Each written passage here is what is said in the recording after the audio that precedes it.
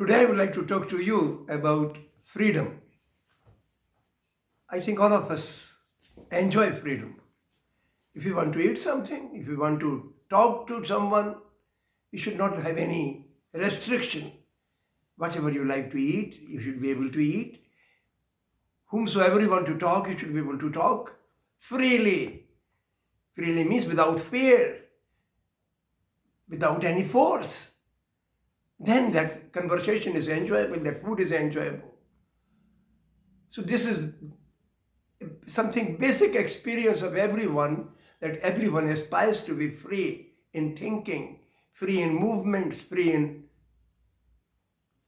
playing. All those kind of things one requires and one wants to do according to one's liking, according to one's interest. But this is one aspect of freedom. When you grow a little bigger, you have to study, you have to work, and work for your sustenance. And this is where you come in contact with the system, with the society, with the market, with the institutions who provide you jobs, who provide you opportunity to work. And that is very restrictive. For 3,000 years, Indian society had a large number of people segregated. They wanted to go. They would make schools, but they would not be allowed to study in schools.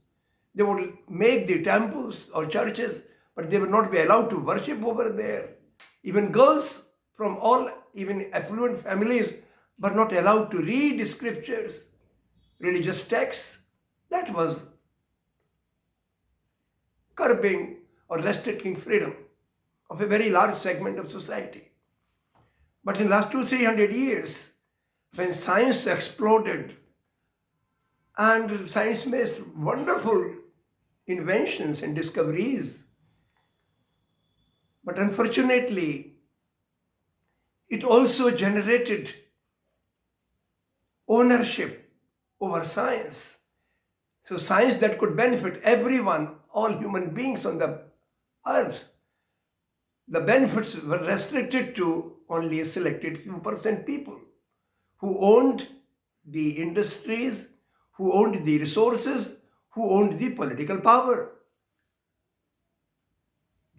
Even at the time of Buddha or Jesus Christ or Paigambar Muhammad, one thing was certain, that the maximum restriction on freedom comes from the state, from the government. And consequently, those great people advised people that please don't fight among yourselves. If there is something injustice is being done, it will be by the state, and fight against the injustice done by the state. Socrates took poison when he opposed the bad laws of the government in Greece. Jesus Christ, when he went to a church and he found that the money collected over there is utilized by the ruler or by the priests, then he revolted against it and he was crucified. Prophet Muhammad had to go on exile from Mecca to Medina because he was speaking truth that all human beings are same. And the ruling class didn't like it. They said, no, we are a superior species, we are a superior caste or superior race, others are not. So just for telling that all human beings are same, Prophet Muhammad had to move to Medina from Mecca. And what about Gandhi? Gandhi also said that freedom is the most fundamental right to all human beings. Whatever they earn, they have a right over their earnings. And if the market forces or the people who own the industry, if they destroy their livelihood, they have no right to do it. If Britain was having big textile mills, cloth mills, then India also had indigenous cloth making in India, and that cloth was even superior to the cloth produced in British mills at that time. I'm talking about 200 years ago. And so what happened?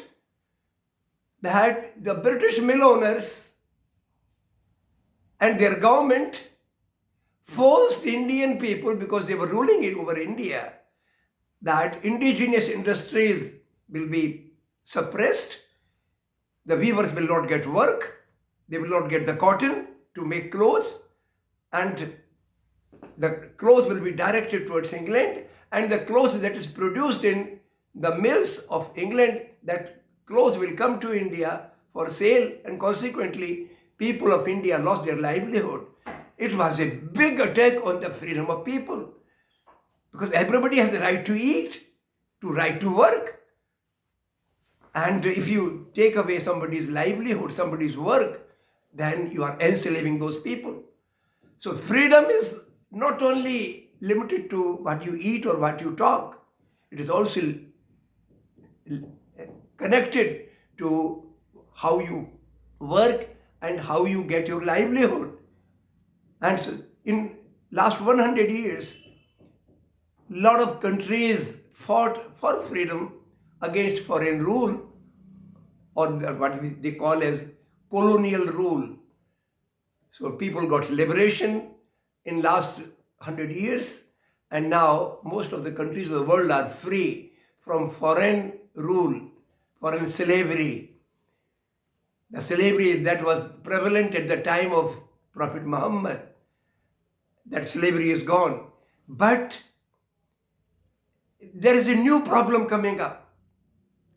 New problem is that the local owners of the mills, local owners of the television, local owners of colleges, they are dictatorial.